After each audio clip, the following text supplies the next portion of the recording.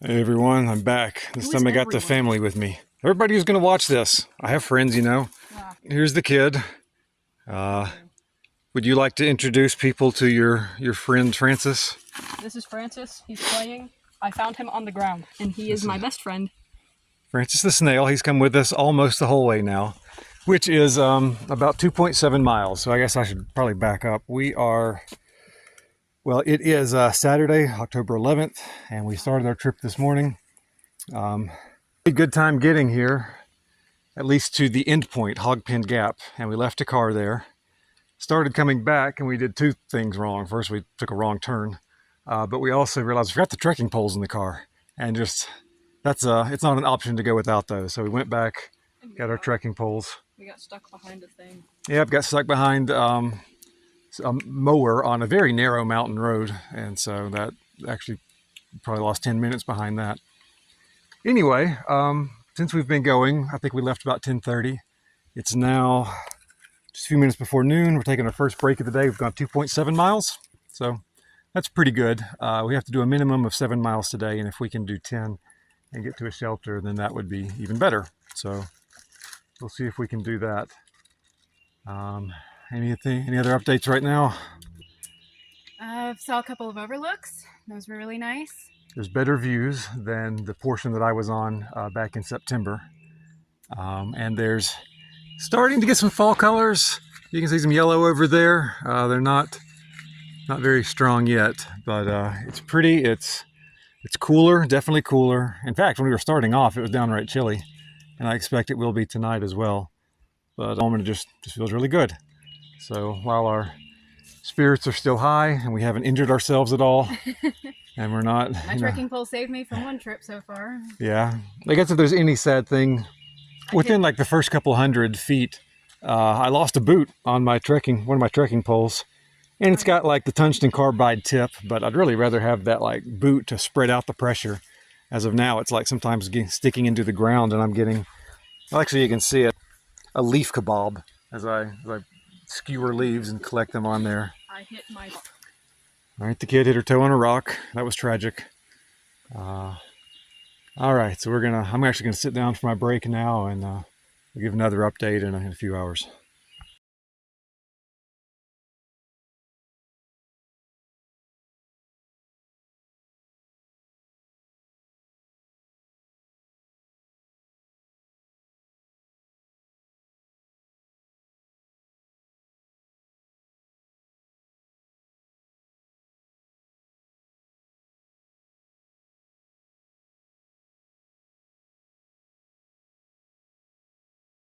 It's just shy of 1:30 on Saturday. I'm going to take a brief video because we're at a place that's easy access and a day hike from a parking area, which was completely full. So there's a lot of people here.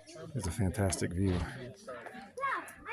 I think the GPS is a little confused. It keeps jumping around and giving me a different estimate of how far we are. Right now it says 4.7 miles in.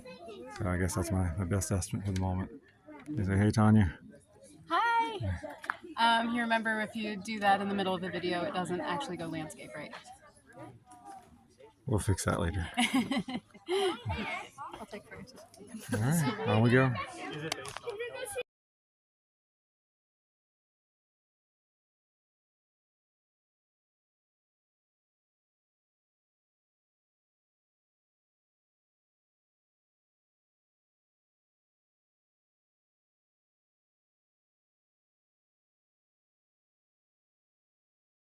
It's 4 o'clock on Saturday, and I think we're at the hardest part of the day. It hasn't been a bad day overall. Weather's been nice. We're able to split the gear among our 3 packs. Mine's probably 5 pounds lighter than it was on the last trip. The terrain has not been as hard. We are beginning the ascent up Blood Mountain, which is the tallest point on the Appalachian Trail in Georgia. But it's a pretty long, reasonably gradual ascent, at least at this phase. We'll actually get to the top of that tomorrow. But also, just we had originally planned to get at least as far as a campsite that was 7 miles in, and we got there around 3 o'clock. So we decided let's go on to the next potential stopping place, which is just shelter. Even though the weather looks great, it's always just nice to be near a shelter. Also, they have preevies and bear boxes, those are nice too. So yeah, we're taking a break. We're about 2.5 miles from that shelter now, and I think we're getting tired and fatigued. This is the hardest part of the day, but we'll power through. It's really nice to get to the shelter soon and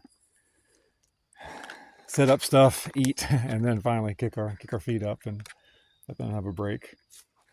Did I miss anything? You want to say something? Yeah, what he said. All right. What do you want to say, kid? Suffering. I'm suffering. My feet hurt. All right, maybe we'll have another update after we set up camp at the shelter.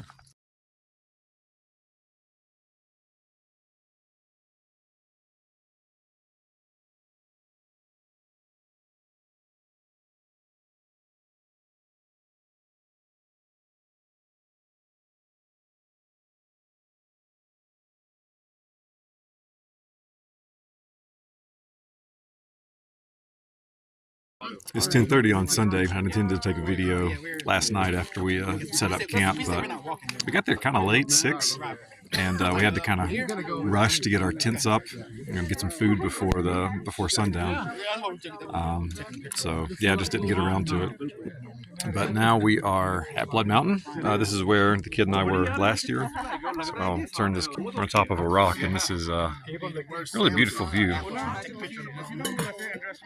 There's one on the other side of the mountain too. I'm not sure if I'll use the energy to go over there as well. Oh, let's see. As always, a few things that go wrong on a camping trip. Tanya's sunglasses broke. That's a tragedy. But I have my hat. But she has her hat. Yes. Last time I ended up bringing too much food and just lugging it around, so I ended up bringing for each person exactly the amount of food that they ate last time. And we're also hungry. So we might get a pizza. We'll be going down to a place that has a store actually right on the trail, so maybe we'll get a pizza for lunch. We just had what we had planned to have for lunch right now at 10:30. And also last night we ate Monday's lunch. So, but even though we're like eating the future's lunch, we did go 11 miles yesterday, and we made it a good bit further than we had planned. And I think that we'll be really close to the car within 2 miles tonight. So we don't really have to worry about lunch or maybe even breakfast tomorrow. So it's fine. We're using up food faster than we planned. We're also making the miles faster than we planned. One other thing that kind of went wrong was it was incredibly windy this morning, and so my alcohol stove, which I've used to make oatmeal, and I was going to try to make coffee with it too, this wind is just blasting through it. It gets supercharged with oxygen, and so it had made a huge flame, used up fuel really quickly, and we just kind of got lukewarm water. So I had oatmeal with lukewarm water, and I was okay with that, and Tanya was too, but by the time the third bowl was made and the kid got there, it was like ice cold water. Yeah. It was maybe room temperature at best. Yeah, and when the room is 40 degrees. Yeah. Yeah, but it was cold last night, probably down in the 40s, but very bearable. I don't think any of us were actually like cold or on our bags. No, I was a little bit chilly, I but just not didn't want to get out of my bag because I was so cold, warm and cozy, and I could hear the wind. And I didn't want to get out of here. We heard a lot of coyotes several times, and they didn't sound to be that far away. Yeah. I actually dreamed at one point that I was being attacked by a coyote through the tent, and I woke up. Yeah, did you hear them howling? Oh, Yeah, that was Yeah. why, I think. 'Cause I heard that, and so I was primed for it. It was pretty cool, in my opinion. It was. Yeah. So yeah, anyway, we'll keep going. We should be within 2 miles of the end point at a camping spot by late afternoon, and that'll be our goal.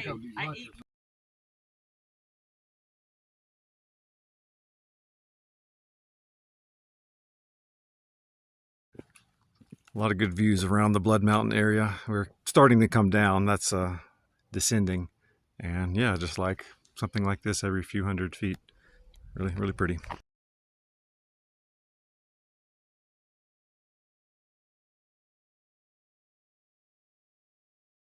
We're at a place on the app called the Brandenburg Steps, and you can never really capture elevation change in video, but I'm going to try. That way is down. There's the kid down there. Here's level again. And there's the halfway up that we've come down. Pretty serious. Place called Mountain Crossings. The trail actually comes like through the parking lot and then through the building over there. We'll be following that in just a moment. But in addition to picking up a few souvenirs, they sell a Red Baron pizza for $10 and they cook it for you. And that was wonderful. So we had our first lunch like 10 a.m. They were having second lunch around 1:40. And we'll hit the trail. We're going to plan to go about 4 more miles today and probably stop there. We'll decide once we get there, but that's the most likely option. I think we should get another pizza. No, we're not going to get another pizza. We're going to have our freeze-dried meals later tonight. You hate me, you want me to die. All right, this is what I'm camping with. This is what happens if you take a teenager camping. It's the boot tree.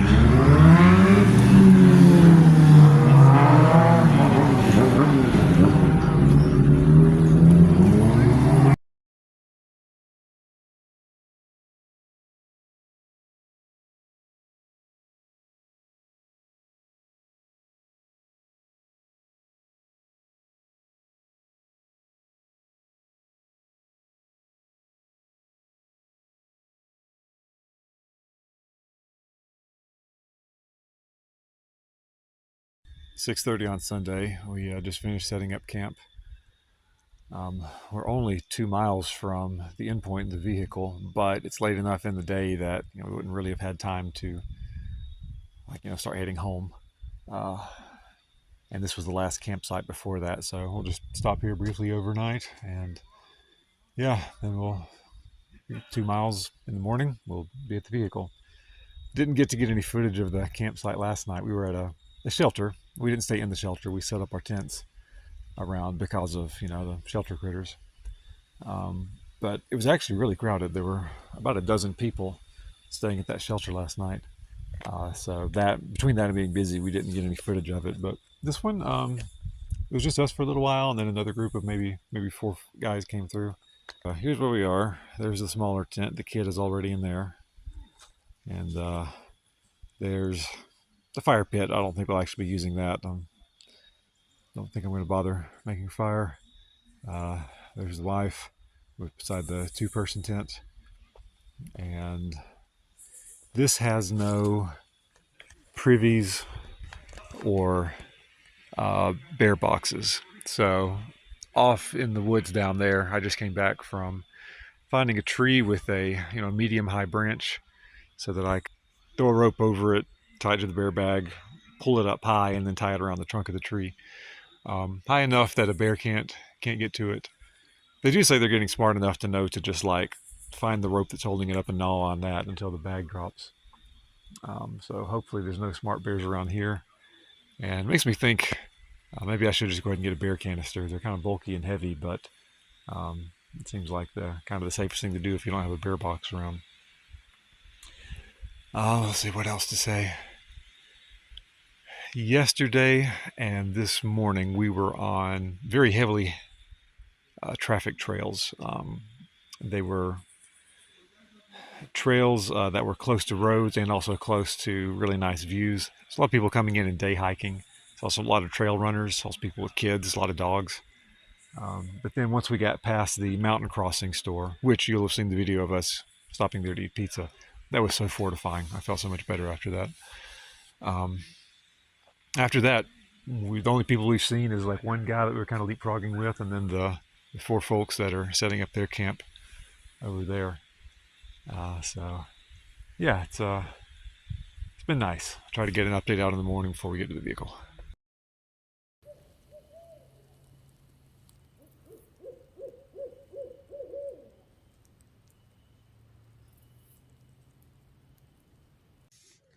It's 7 a.m. Monday morning. The sun's just starting to come up.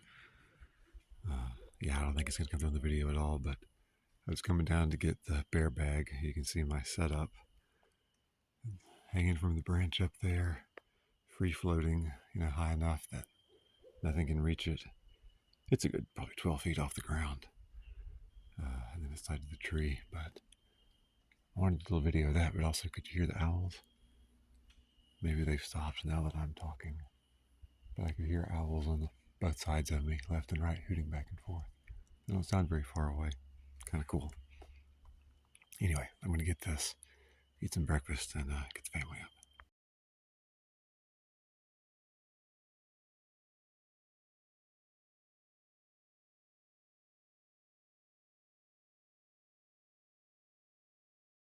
It's 8:43 a.m. on Monday morning.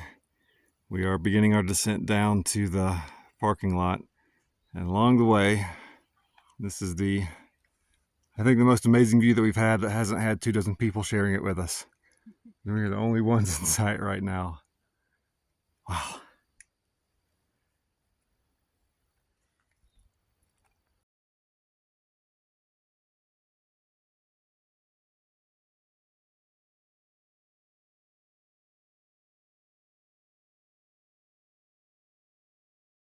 It's 7 o'clock on Monday. It's been a very busy day.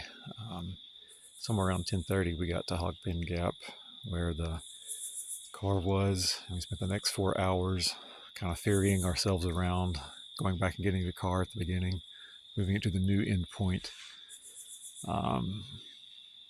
getting some food, getting some new supplies.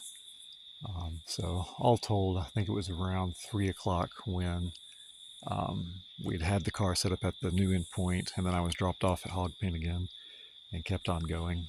And I was kind of worried because I thought it might be a little bit hard to get to the shelter that I planned to get to before it got dark, but it was such an easy hike,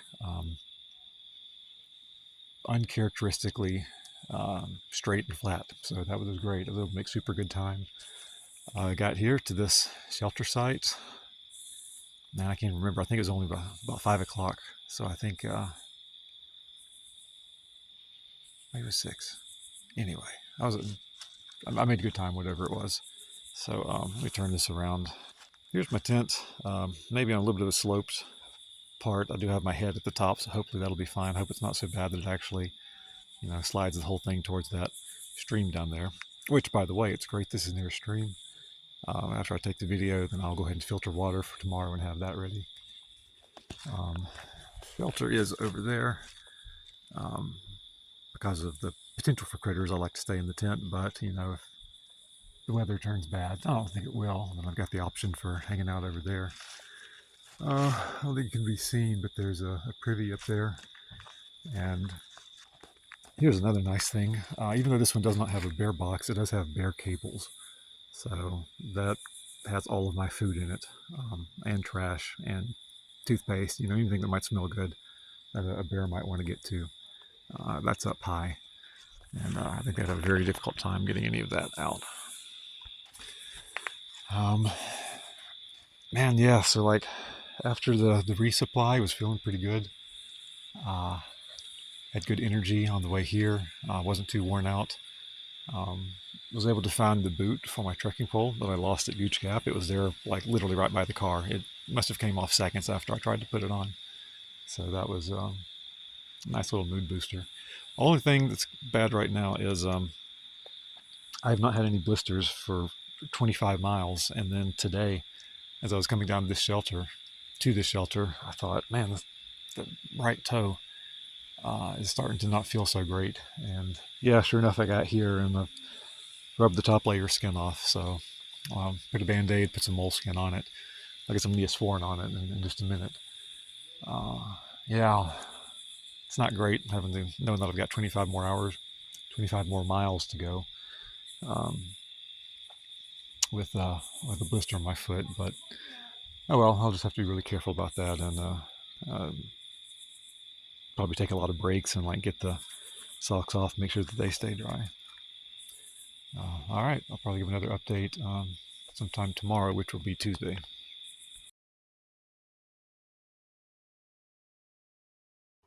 It's 10:20 Tuesday morning. I'm taking my first significant break. I stopped for just a couple of minutes to let my feet rest, but I'm having a snack and stuff. Man, I feel like there's a lot to talk about. Can't remember it all right now. Dampness. Let's talk about dampness. Georgia, as well as the entire South, is very humid, but you really only notice it whenever it's hot and so it's muggy. Well, out here it's it's not hot and muggy. It's between 40 and 70 degrees. So like at nighttime, it's 40. And so it does not, you're not used to thinking of that as feeling like humid and damp, but it's still high relative humidity. And so things don't dry out. You have kind of the clammy feeling on you most of the time. There were some times at night when I thought, like, oh, I must be like too bundled up and I'm sweating and I'm wet. Like, no, I'm actually a little bit chilled. I'm not sweating at all. I just have this residual dampness on me everywhere, which leads into taking my socks off at night to let them dry out. And they're not drying out as well as I hoped they would. And so I've been putting on kind of, cold, wet, damp socks in the morning. And so even though I thought I had acclimated enough to these shoes to not get blisters, I hadn't accounted for just, my feet being slightly damp all the time. And so got one small blister on one toe, and then the skin just like rubbed off at the end of the day yesterday on another toe. So broke out the moleskin. And I was doing it at the camp and met some really nice people there, more experienced backpackers than myself. And so they shared their strategies for dealing with blisters even when it does get damp, as well as giving me a packet of a powder 2 Toms. Wrote that down somewhere. I'll look that up later. Put a Band-Aid on, put the moleskin on, put that powder on, and then pulled the socks on. So hopefully that'll help. I want to go about another 2 hours, and then I'll stop for lunch. Probably take a very extended break and actually take my shoes off, just wear the flip-flops for a little bit. No hiking, just while I'm breaking. Met a lot of people out here with dogs, and that seems to be having varying levels of success for them. One just scared me last night. Like, I walked by the campsite and the dog and runs over to me like, oh crap, I'm scared of bears and here's this domesticated dog. But no, once it got up to me, it was friendly, it was fine. But then there was a lady who had a pit looking mix, some kind of bulldog. It was not well trained. It wasn't friendly. In fact, later they were trying to get water at the same spot. I saw those 2 people with the 2 dogs, and the bulldog lunged, broke its leash, went over, and the other dog was bigger. So I was like, no, you're not messing with me that way. So it didn't turn into anything bad. But then the 3 of us had to try to chase the dog down. So man, just make sure your dog is well trained before you bring it into the wilderness around other people and other dogs.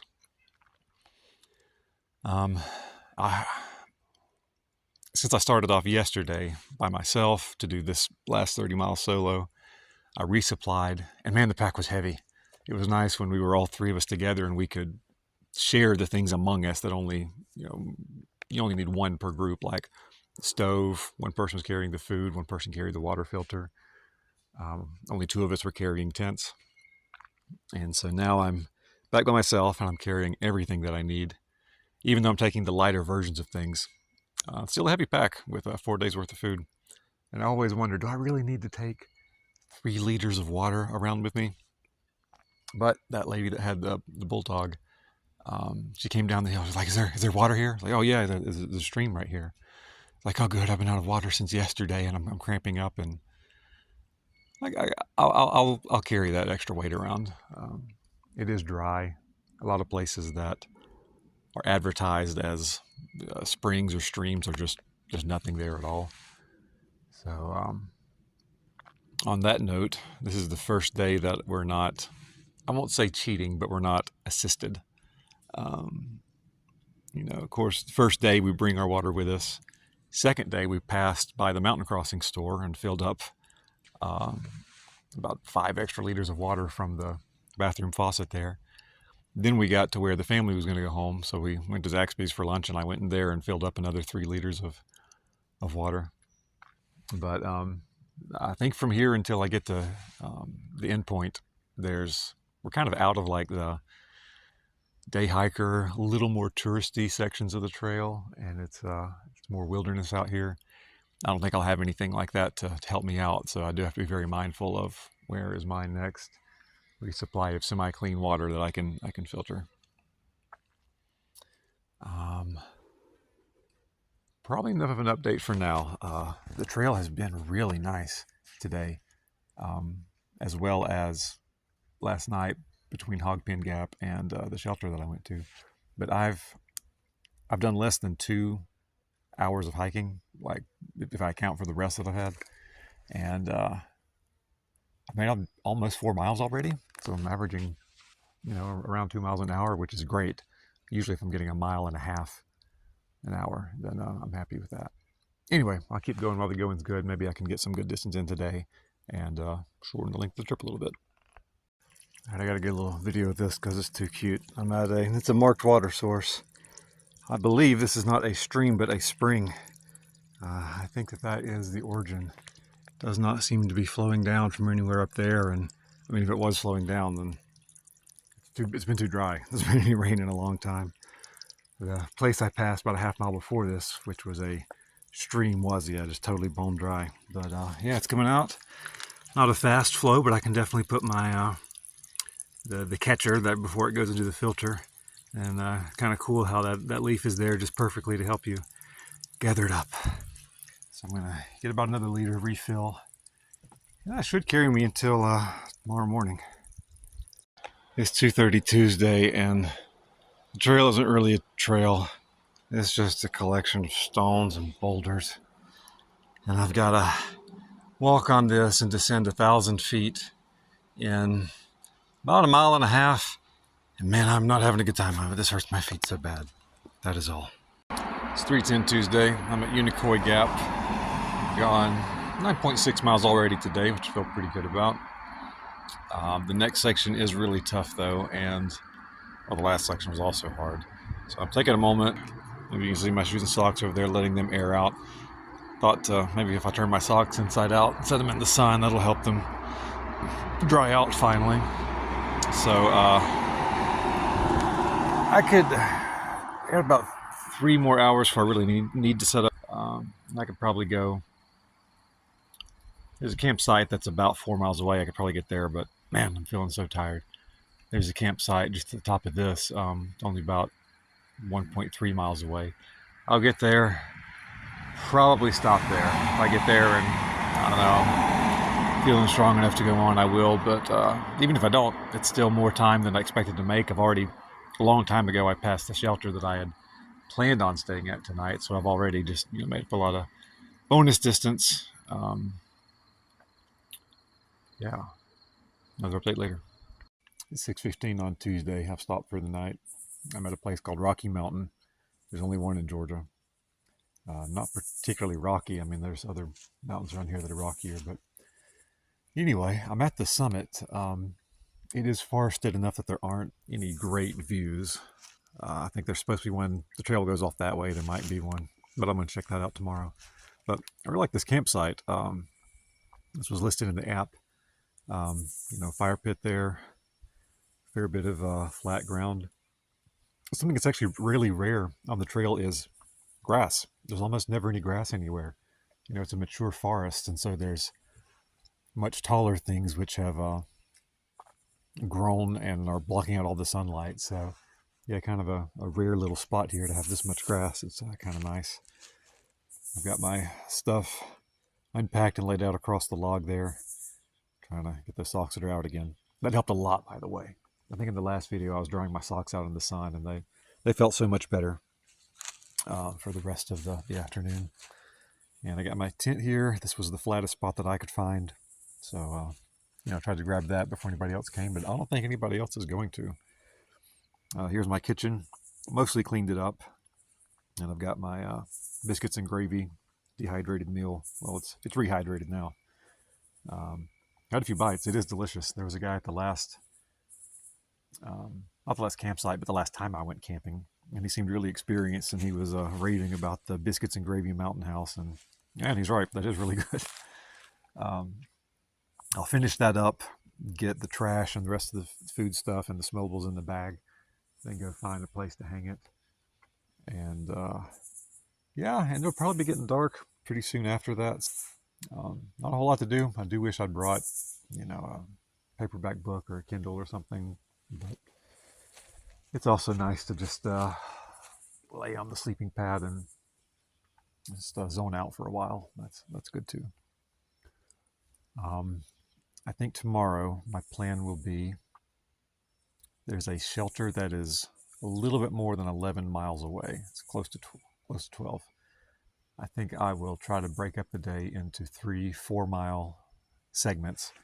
And I'll have a significant break like lunch or time to take off the shoes and stuff in between those. See if I can make about 12 miles tomorrow, stay at that shelter. And then I'll have, I think it's about another 5 miles to the car. So may actually get out of here on Thursday instead of Friday. But I also hear that the part of the trail I'm about to go through, it's called the Tray Mountain Wilderness. A lot of people say this is one of the toughest parts in Georgia, so maybe 12 miles will be too much for a day,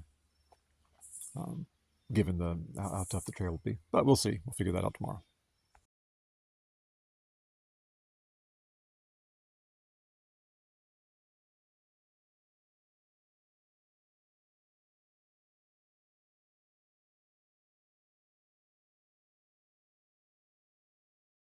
It's 8:30 Wednesday morning. Got a real early start. I woke up when it was still dark. I knew it would be about a half hour before the sun even started to rise, but using my headlamp, packed up, got my dry bag away from where I'd hung it so the bears couldn't get it, and made good progress so far. Had to stop here to show something that I'd seen mentioned on the map. It talked about some piped springs, and I assumed that there would just be like, I don't know, like a 2-inch pipe or something. Yeah, I guess there's a spring somewhere back there, and that's collecting it. I'm not exactly low on water, but I can't exactly pass up a easy chance to filter, so I'm going to do that, and I'll keep on going. 9:38. Making my way up Tray Mountain, which is pretty steep. As they said, it's the toughest one I've done in a while, but man, I'm getting pretty high up here. Did I read this one goes up to 4,300 feet? I'm not at the top yet, so having a good time, having a lot of fun.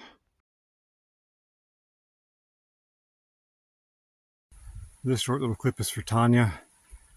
Since you guys dropped me off and I've continued into the week myself, I've noticed the colors changing visibly. Maybe part of it's I'm going a little farther north and different areas, but I could also believe that like just right now is when the colors are changing. So in this particular view, you can see a lot of yellows and oranges and reds. Very pretty.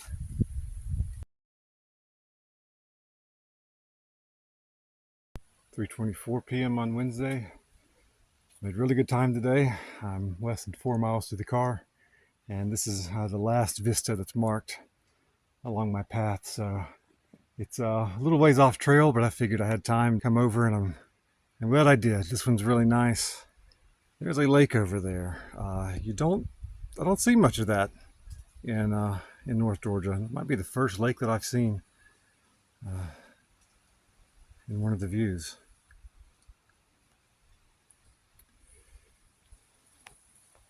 Well, since that is my last view, this is likely to be my last video. I'll bring up one more topic, which is sustainability, not in the sense of nature, but in the sense of how much distance, how many miles can you go in a day, and not just one day, but do that again and again and again. This is my 5th day out, so I've got a little bit longer sample size. Oh, on that note, real quick, thought it would take longer. I was actually budgeting my time and food to get out of here Friday morning, but I've been able to go longer than I thought, and I'm also extremely motivated to spend another night here. I love the days in the mountains, I love the hiking, but the nights are so long and boring and smelly. I don't feel like I get good sleep quality. Strangely, it never seems to matter the next day. I still feel refreshed when the sun comes up and I'm ready to get out of there. But I hate just waiting and waiting and waiting until the night is over. It's not as bad as it used to be. When I had my foam pad for sleeping, you could add uncomfortable to long and smelly and boring. And now, my comfort level is quite fine. Well, I'll say this, I'm not uncomfortable because of what I'm sleeping on. In the first 2 or 3 nights, I wasn't really uncomfortable at all, but then as I just get messier and messier, I get so sticky. I've tried to alleviate that a little bit with some clothing switch outs, like wear my cargo pants during the day. They're great for hiking. And then at night I switch into some Under Armour kind of athletic tight things. Very form-fitting. I think I look quite nice in them. Wouldn't be seen in public, but they're comfortable and they're warm for night, and that actually helps. These pants are gross because I've been sitting in the dirt and stuff, but I try to keep those athletic pants, like the underlayer, really clean, so that helps me feel not quite so gross. And then instead of taking my shirt off, I put a fleece over it, and that actually helps contain the smell, but it has limited effectiveness. I noticed last night it was not doing as good of a job. The odor is starting to get through that as well. Anyway, so maybe if I'm going to do hikes of this length or longer, I'm not really feeling like I would want to go longer than this, but if I ever did, then I think either budgeting time to take a shuttle into town and go to a truck stop or something, take a shower and get back, or even some on-trail hygiene. I heard somebody talk about taking a bandana bath.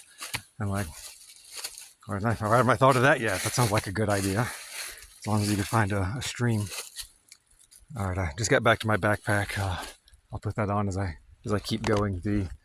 That view was on a little side trail, and there's no reason to take a big heavy pack on the side trail.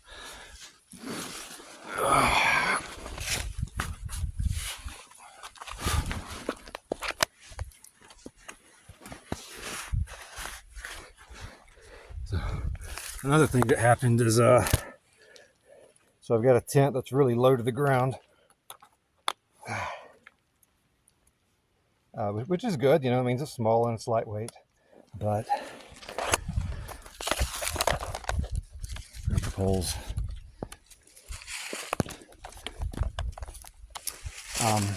Because it is so low, and I'm wearing my my night pants. I don't want to get them dirty. I don't want to get out of my hands and knees, and so I got up in the middle of the night, and of course I'm stiff and I'm cold, and I tried to lean down so that I can move into the tent as I take off my flip-flops and not bring anything dirty into the tent. I pulled my lower back. I thought, oh no, I have doomed the rest of my hike. I thought I was going to have to turn around and go to the nearest road crossing, which was behind me. And I slept that night, and it hurt. I had to sleep in a particular way to keep it from hurting. But got up this morning, stretched it out. Once I got going and I was warm, and ever since then, it's been fine. Fortunately, as long as I'm upright and moving, it doesn't bother me a bit. So that's fortunate. That could have really brought a nasty and early end to the hike, to have to hobble down a mountain in reverse. I'll just have to be careful about that. I can sort of blame the tent for being so low, but honestly, the other tent we have is almost as low as that, and you still have to do the same, tricky yoga move to try to keep from bringing anything nasty into the tent. So I think I'll just have to try to remember to, if I'm going to do that, and just limber up a little bit before I try stooping down that low. All right. I think that was the tangent on my tangent. I was trying to get back to the idea of sustainability. How long can you do this? I would have thought that it would just be your physical abilities, your stamina, your endurance, your cardio, fitness, that would determine how much you can do in a day. I feel pretty fit in all those regards. But if I go as far as those things will allow me, then I realize now that there's some particular like injuries that I'm beginning to build up, and they aren't noticeable at first. So I've already talked a little bit about my feet and the blisters. No blisters at all for the first 2 days. The third day, yeah, like I hadn't even had any tender spots on my feet. And then like, hey, that toe kind of hurts. Take the shoe off and the skin is gone. So like it just skipped right past having a blister there, and the whole thing was torn off. For that, I'm going to have to, I think, incorporate some preventative foot care. Like since then, I've been using the powder that those very kind people gave me. That has helped. And I've been not just taking the socks off to air them out, but like specifically putting them in the sun and turning them inside out and doing everything I can to make sure that they're dry. Another thing, and this happened a little bit last time, but like, I'm using my hiking poles and leaning on them, both literally and figuratively, helps keep my endurance and stamina for my legs as high as possible. But I've been using them so much that not only are the hands starting to get a little raw from using them, but my right wrist joint is actually starting to hurt. And so that's why I'm just holding the phone with it. I haven't been able to use the hiking pole with my right hand for the better half of this day. So I'm just kind of hobbling along with only one pole. Relatively, I feel like a cripple, but it's even one's helpful. Another thing that I've learned this trip is it's not just about the ascent or descent. Those are definitely important factors in like how far you can go and how fast you can go. But another factor, and at times it feels like the dominant factor, is just how smooth the trail is. There was a section, it was about a half mile leading up to Spaniard's Knob, that